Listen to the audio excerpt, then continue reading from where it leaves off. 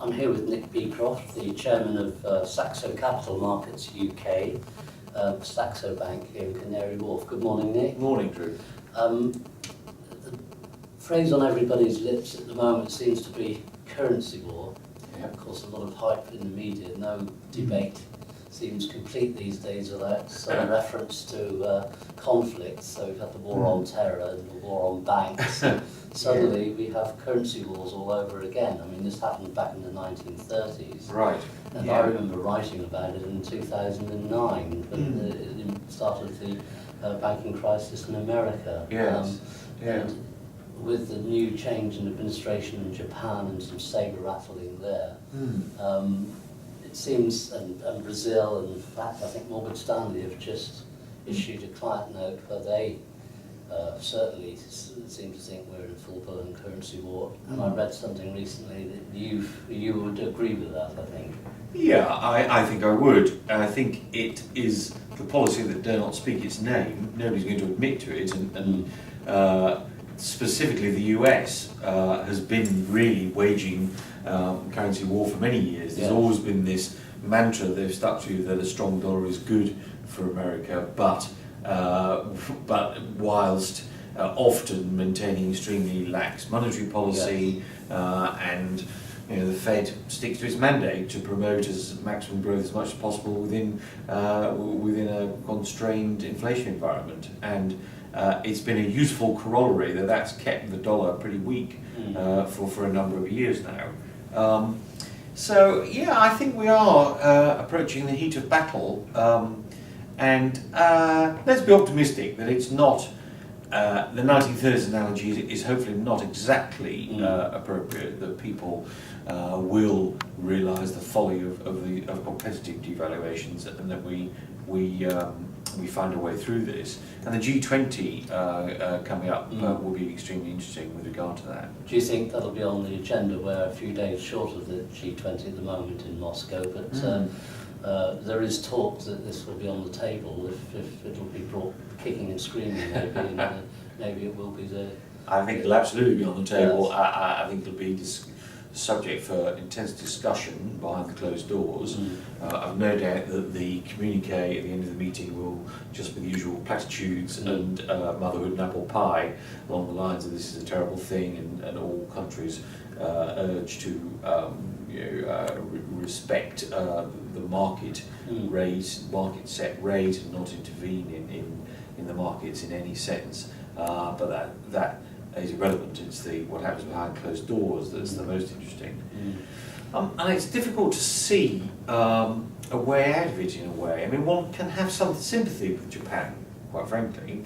This is the first time, probably one could say in 20 years, that a government has seemed to be absolutely determined to lift Japan out of deflation, and therefore it's a little rich, especially on the part of the US, to criticise, as it has been on the part of the US to always criticise China for keeping their currency weak, given what I was saying about the fact that the US has been doing it for 10-15 years on and off. And QE, I mean, that is a form of currency devaluation in a way, isn't it? Because by printing more money and pumping into the system, you are weakening the strength of your currency. Yes, that's right. I think that's important for investors to know, especially from the retail side, because it can get a bit oblique about all how these terms actually do read across the piece.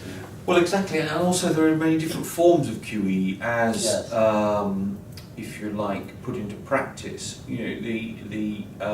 From full-blown unsterilised QE, which does increase the supply of money, hopefully in the end as well, and the liquidity in the markets, to sterilised QE at the other end of the spectrum. There's also, with regard to the effect on the bond markets in terms of the maturity of purchases.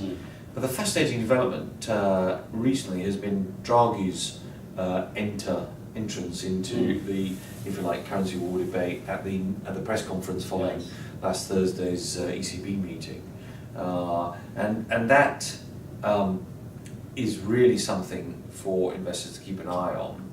It's a tail risk. It's a tail risk in the sense that nobody would expect the ECB to move so far from its Bundesbank heritage that it would indulge in full unsterilized QE.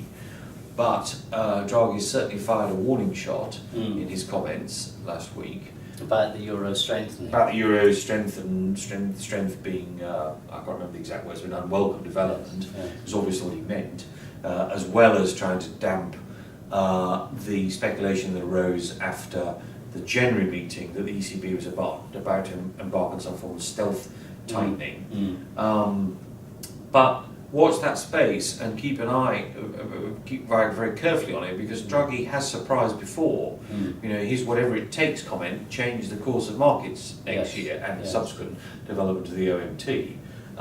So don't be surprised if the euro was pushing through 140, say, against the dollar, and rapidly, then they would find some new acronym to describe what they were doing. They wouldn't call it QE, but it may well be getting towards full-blown unsterilized QE. As I read, you wrote, if it looks like QE and walks like QE, Yeah. then it is QE. Yes, that's right. Yeah. And quacks like it. So nothing's off the table, No. I wouldn't say. No.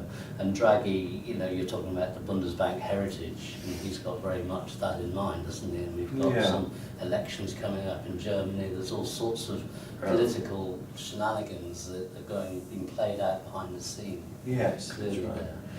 Yeah, and he'll be keen to respect Merkel's efforts with regard to the euro, and not, if you like, slap her in the face by introducing policies such as excessive QE that would be unpalatable to the German population.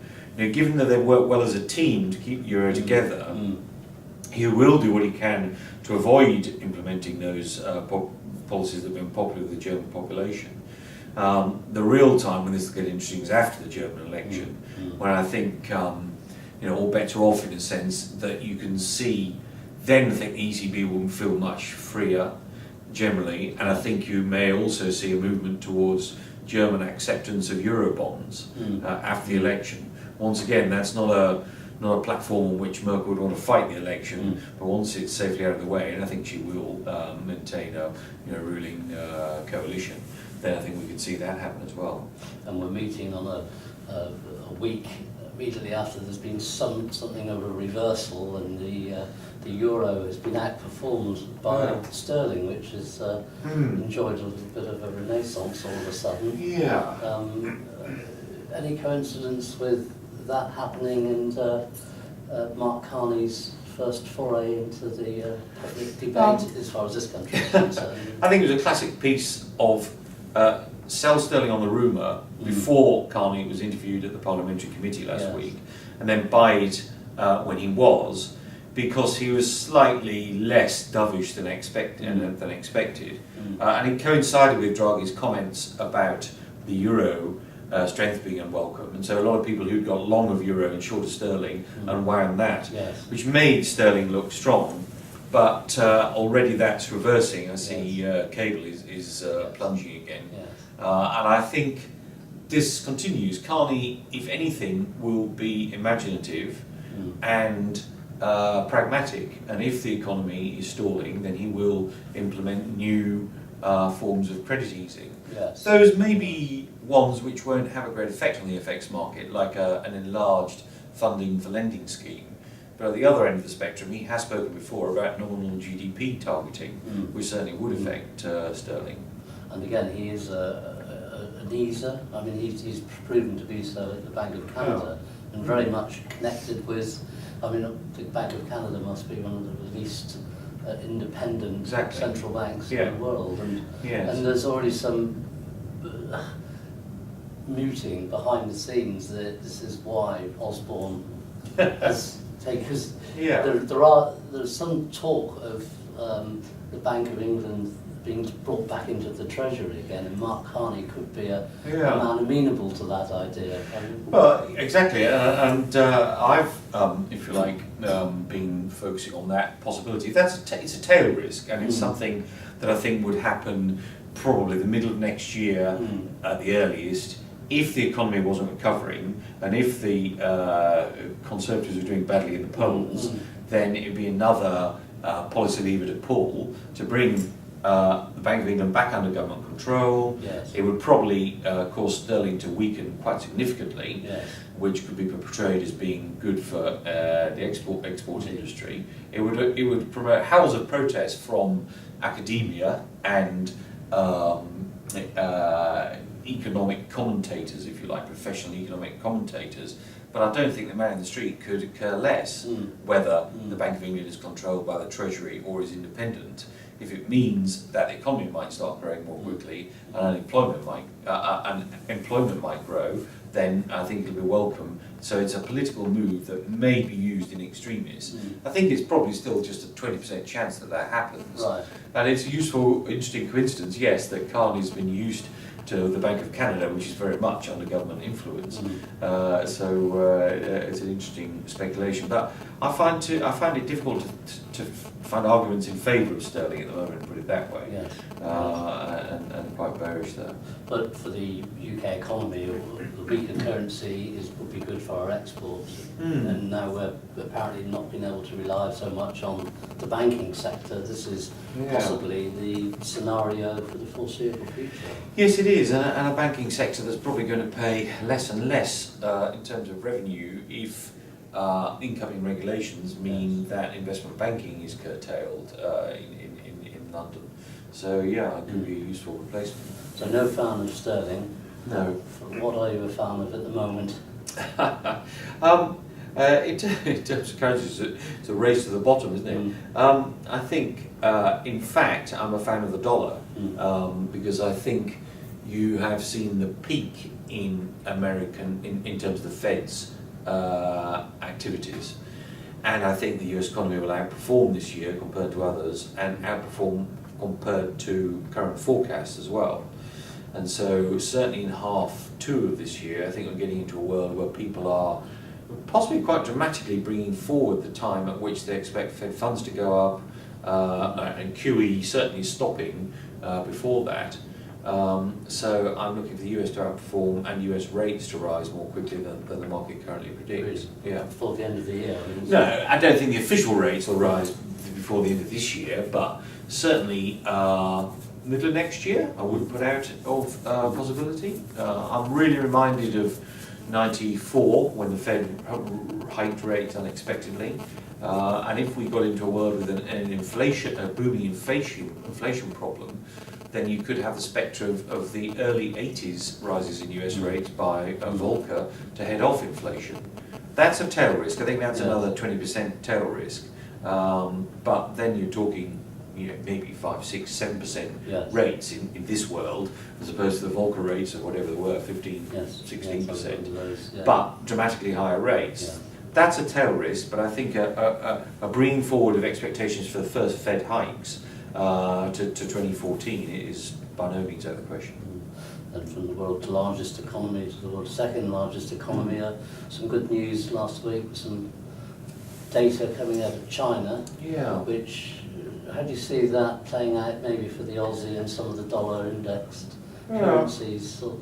Well, obviously intensely correlated, the Aussie and those indices, those commodity currencies to the performance of China, which I think will once again be at worst a muddle through and might surprise the upside, if anything. I think there's still, if there are still fiscal levers that they can pull in China if they needed to, there's still monetary powers that they could use, and massive stock of reserves to use for purposes, maybe infrastructure projects, etc., if they wanted.